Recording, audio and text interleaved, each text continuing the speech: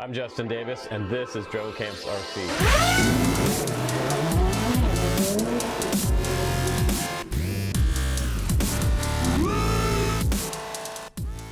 Hey guys, welcome back to my channel. I'm Justin Davis. Today we're going to review an RC car for you. This is the VKAR SCTX10 version 2, and I have the waterproof version here. It has a dust skirt up inside the chassis, and we're going to see how that holds up and all the components hold up.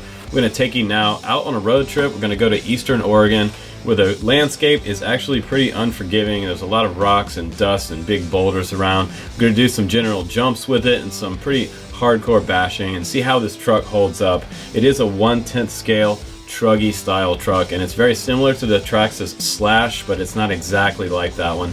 It also has a very similar chassis on it to the Bison RC car, so that one's coming up on the channel as well. We've been doing some fun stuff with that, but today we're going to check out this SCTX10 version 2 for you, and we'll bring it back in the studio after the bash test, and we'll see how well it holds up out in some real world, pretty hardcore environment. Here we go.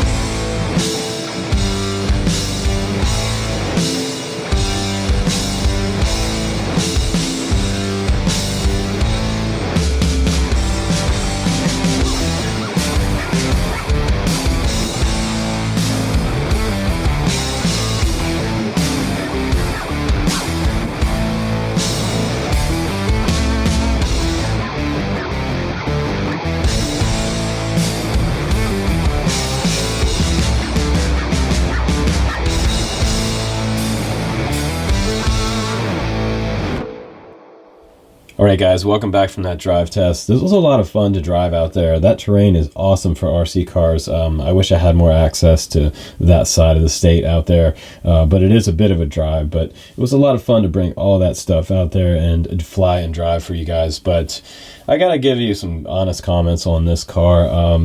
Right away, when I got the box in the mail, I was super excited mainly because the bird's eye view you see here, it is a super wide body, short course style truck, and that 1/10 scale is a really nice scale. I have a lot of RC cars and trucks that scale like the Bison, and this one is very similar to the Bison. It has a lot of the same components on here, and the chassis is almost exactly the same, but there are some differences that I'm going to show you on this particular model. It's also pretty similar to the Traxxas, and like I said before, you can probably you can use the same tires from the Traxxas on this one, Slash, but it's not exactly a clone of it, so don't get turned off by some type of China clone. It's not actually a clone of the Slash, but very similar in the driving capability, because you do have that awesome brushless motor on there with that waterproof ESC and the skirt around the components inside the chassis, which is also a really nice detail. But this truck is super wide. It's 12.5 inches wide by 21.5 inches long, so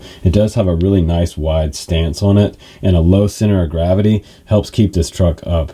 And the biggest thing is that the jumps on the short course stuff, it does really well on the jumps, and it handles really well with the drive and the steering mechanism in the front of the chassis. It seems to have a nice handling, even though the tires on here are a little bit slippery on sort of a more rocky terrain. If you're on a short course like a dirt track, you might want a little more aggressive, grippy tire for short course racing if you're going to use this truck professionally. But probably my favorite part of this is that low center of gravity. How low this truck rides on the ground is super awesome. With that super powerful brushless motor in here and low center of gravity, I felt like the handling was spot on, even with that cheaper controller. I'm not really a big fan of the controller that comes with it. I think they could do a little bit better on the controllers that come with these, but let's go ahead and talk about some of the exterior features on this truck, and then we'll go ahead and dive in underneath the truck body itself, and I'll show you how some of that gear held up. Now, the top of this truck seemed to come back looking pretty decent. I did have some upside down landings in some of the jumps and crashes.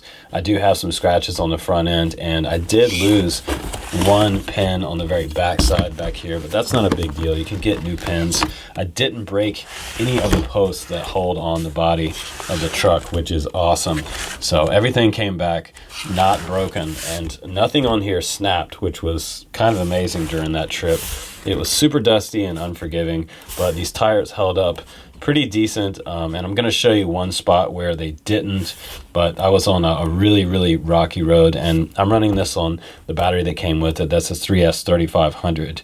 So 3S is going to make these tires balloon out quite a bit at full throttle, but it's kind of an exciting throttle. Once you do punch out at 100% throttle, it really gets up and goes.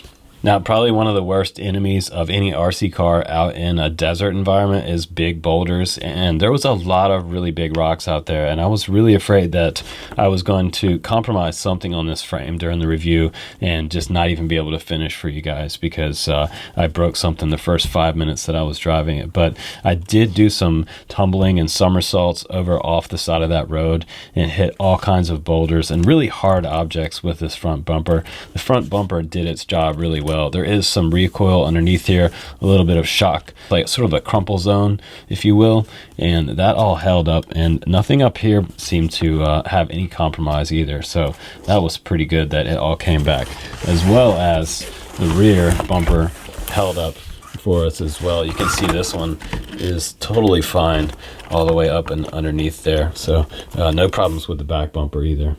But again, I can't get over how cool this truck actually looks. Scale-wise, it looks like some type of racing truck you're going to see on TV on a short course inside stadium. It's just really cool looking from the side view here.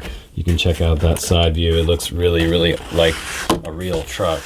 And I love the fact that some of the dust that I got out there in Oregon even just make it look even more realistic on the side there. I almost don't want to wash it off. I kind of like the way it looks all dusty and dirty. It really does look like the real thing. So let's go ahead and remove that truck body, and I'll show you the internal parts of this chassis. Now we've got the truck body off, and now you can see how everything is kind of underneath this little sort of dust skirt here. It does keep out most of the rocks, but you will get the smaller rocks still coming in underneath there. But the biggest benefit of this skirt is the fact that it does keep out the big rocks. The bigger rocks stay out of the truck body, and that's really important because if it gets around the drive shaft, that's going to be a big problem. But one benefit that this truck has over the Bison is the fact that it does come with this guard over top of the drive shaft. So a lot of times when I was driving the Bison, I had an issue with rocks getting trapped in between the drive shaft and the truck body, so that's kind of an issue. And you're going to hear it grinding in there when that happens, but it didn't happen on this one, and that's a nice upgrade. So if you have the Bison, I would recommend trying to pick up this part. There is a part available for that particular truck, but very nice that this one already does have all the upgrades on there. Unlike the Traxxas Slash, if you buy that, you're going to spend a lot of money buying all these upgrades. You've got an aluminum mount right here. This is a CNC mount for the motor that comes with it, and that's really nice because some of the other motor mounts that I've had recently on some cheaper RC cars are plastic and they do break. I've had motors actually just pop right off the frame. So that's a very durable setup for your motor.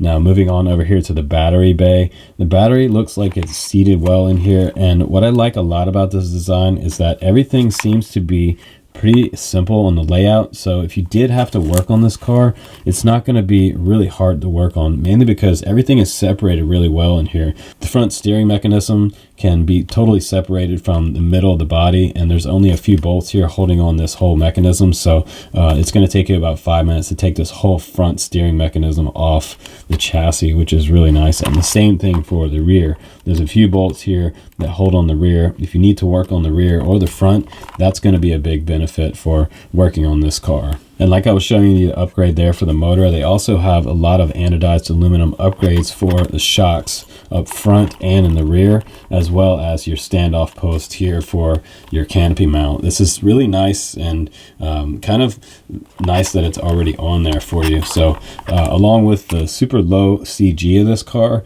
you do have a lot of bumpers around it. Like I was saying, you have the front and rear bumper with the crumple zone, and you do have this side bumper right here, which keeps the truck body form in shape. If you hit something, it keeps a lot of the sort of impact off of the center of the body and away from the electronic components. And the front end of the truck actually looks pretty simple to work on as well. You have some sort of sway bars out to the side here, and you do have aluminum shocks that are oil filled, which is really, really nice. And those feel decent. They are adjustable as well. You can adjust the tension of those and make it softer or harder. And also on the front, I did notice that they have adjustment points for the shocks, so you can change the rigidity of the drive and you can kind of tune it to the way you like it to feel. And it comes a little bit loose feeling from the factory. You can tighten that up a little bit, and you get a little bit better steering response out of the truck. So now you can see these tires a little closer up, and look at the very top. They are pretty flat. There's not a lot of tread, so you are going to slip out on sort of more sandy or a little bit of rocks on the street or the road. You're just going to slide more. So on the short course, like I was saying, I would recommend sort of a more aggressive knobby tire for this particular truck if you want to hold yourself in the turns and not slide out. But I did have one of these tires blow out on me on the very back of the truck, so I'll show you that in a second. But these are pretty standard tires. You can probably replace all these tires with the Traxxas Slash tires because they are a 12mm hex nut on the outside right there, so you can just pop that off and put a new tire on. It's pretty easy to replace these. But let me spin the truck around now and I'll show you my compromised tire. So running this on 3S on that super heavy duty rock road, we had a lot of big rocks out there, and on 3S these tires balloon up a lot, and this is where we got the compromise. So one of my tires did rip during my drive test, so that might be one con of the stock tires that come with the VKAR SCTX10. I think that these tires could probably be a little bit better, a little more knobby, and maybe a little more durable for the 3S setup would probably be better. But if you're running 3 to 4S on any RC car, it's likely that you can split a tire. It does happen. So you're looking at the motor right here, and this is a Faro brushless system motor, and it is 3650 and 3300 kV, and it does say 4 poles on here. And like I said before, you can see that CNC aluminum upgrade right there for the motor mount. That's nice. This is a smaller motor than what you get on the Bison, but this is a much lighter power to weight ratio on this particular truck frame, so you do get a really nice performance even though this motor is not super big. I was pretty surprised at the performance with this ESC combo. Really nice power setup. And this is the ESC with the built-in fan on the top, and most RC cars do have the built-in fan to keep them cooled while they're running, and it does say waterproof. I didn't run this truck through any water on my test because, hey, I was out in the middle of the desert, but I'm pretty sure that this is going to hold up in just some general bashing and splashing around in mud puddles. That's not going to be a problem. And everything came zip tied up like this on the very top right here. So all the wires are pretty tidy in here. There's not a lot of stuff on this truck, which I really like. I think it looks simple enough for me to work on, and I don't work on a lot of RC trucks, so if that gives you any idea. And look here, you can see that they do have this antenna up on a little miniature pole coming up from the bottom here. It goes down and then comes back up right here, and this is a 3-channel receiver, so you do have a couple extra open channels here if you wanted to add some extras like some LED lights, because the Bison came with lights but this one didn't. So you have an open channel 3, and you do have an aux channel on this receiver, which is kind of nice. And then we have the wire coming from the power on and off switch right here. And by the way, guys, don't leave this plugged in like this overnight or for weeks at a time, because you can actually damage your ESC for a long period of time if you leave these plugged in. So this one did come plugged in from the factory, which was kind of strange, but unplug that if you get it right away, and go ahead and charge up your battery. Now, this is where I thought we were going to have some issues, because I've heard some other reports out there that the Bison has sort of a body crack that appears right in the back, right along here, and that kind of concerned me. So this one did hold up pretty well, and it came back in one piece, which is great. I was also concerned with the servo arm being down here and kind of being exposed with nothing covering it up, but I did see another reviewer say that there is a plate that goes along here and covers this whole thing up. It's about $12, and it just bolts all the way along here, and will give you some nice sort of metal skid plate protection on the bottom of this chassis, which would be a great upgrade for anybody who buys this. If you do get this truck, absolutely find that part on the internet and buy that before you go out and bash the first time, and you might actually save breaking your frame. That's going to be a big benefit for your truck. It's also going to partially cover up your straps underneath the truck, so if you did hit anything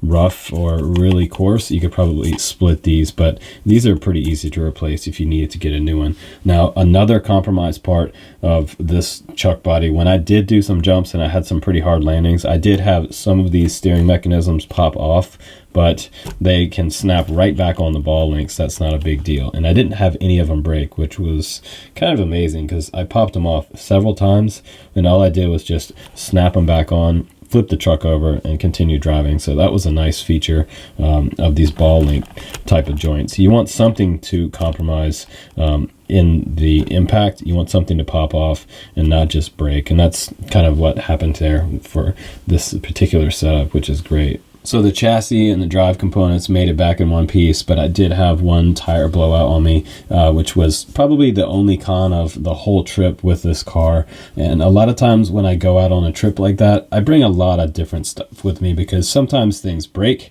and I can't even finish a review for you guys because it broke in the first 5 minutes. But this truck did really, really well, and friends of mine were out flying and enjoying their flying while I was driving this, and they kind of were wondering where I went for a long time, because I kind of disappeared, and I'm driving this on one battery that I had for like 20 minutes. So you're going to get an upwards of 20 minutes with this 3S 3500 that comes along with it. A very nice battery. It does have that Dean's connector on here, which is pretty standard for most RC trucks. It has that VKAR label on there, and you can charge it up with the battery charger that came along with it. You do have this 2 and 3S battery charger that came with it that has ports right here. You're just going to plug this in, and mine came with a European Union style plug for the outlet, but that's going to be not the same plug that I need. But if you get this one, you can go on Amazon and you can get a converter for it to your AC outlet. If you're in the US, those converters are like $5 on Amazon, so not a big deal. But it just plugs in right there, and it's going to charge up your battery probably in a couple 2 to 3 hours time. And you'll see a green light here when those are all done. You see 3 green lights all the way across. If it's a 2S battery, you're only going to see 2 green lights. Now you also get some extra hex drivers in the kit and an extra bind plug. This is what this little black guy is right here in this bag. If you're wondering what that is, you can put that in your receiver and you can bind it up to another radio, or if you lose a frequency connection to your radio, it's easy to rebind it. And like I said, I think the radio is probably one of the weakest points of this particular truck. It does have a nice rubber grip around the drive wheel, and you do have dual your rates right here for your steering and throttle throttle trim, steering trim, and if you wanted to turn the throttle way down so a younger person can drive it with like less throttle and not full throttle, which is really great, you can turn that a percentage of throttle, or you can turn it wide open for yourself if you want to have max throttle. The same thing with the steering, you can dial down the steering rates, or you can turn them all the way up. I had them cranked all the way up during the driving review, but over here you have a pretty standard trigger right here. Pulling back gives you throttle, and pushing forward actually puts it into reverse. You've got your on-off switch right here, and you have a little 3-channel switch right here that brings it from 2 to 3 channel on the very front. I'm not sure if I would actually mess around with that or touch that particular switch right there. And you have reversing switches here for your throttle and steering on the side, but it also has 4 AA batteries in the bottom that you'll have to supply yourself, because mine didn't come with it, so I used these Duracells. And probably use those rechargeables if you have them, which is great that it only uses 4, because I've seen some recently that used 8. That's kind of annoying. 8 seems like a lot of batteries for an RC truck controller. It's just a little bit extreme, but let's go ahead and give it a star rating now. I think this truck is awesome. I love this body. I can't stand truck bodies that come and break during the first drive. That's usually a huge pet peeve, because when we are bashing, a lot of times they do crack, and this body is actually really rigid and did not crack on me. I saw one other guy that broke the very back posts, but I think he was probably doing something kind of crazy. And actually, from what we did out in the field, jumping off that huge dirt mound and landing it upside down out in the field, that's a pretty hard ground out there, and there's not a lot of forgiveness for those rocks that we landed on. So I think the body held up really well. So I can definitely say it's about a 4.5 stars out of 5 rated truck, and it's actually a lot of fun to drive. And everything on here is super durable, which makes it a lot of fun. So durability is super high, and the fun factor is super high. So we have a pretty awesome truck here, and it actually just does look really cool sitting here on the bench. I love the look of this truck. But that's about it for my VKAR SCTX10 version 2, guys. Hopefully you enjoyed that video, and if I do any more videos with this truck, I'll definitely share it with you, maybe another bash video or something like that. But you can check this one out in the link below, and I'll try to list a link to some 3S batteries that will work with this truck. And the good thing about this one also is the fact that you can get parts for it. VKAR parts are out there on the internet, and if I do find a link for that one as well, I'll try to share that down there with you. But check this one out in the link below. The SCTX10 is definitely a beast and a lot of fun to drive. Thanks for watching this review, you guys. I'm Justin Davis. I'll see you on the next one. Take care.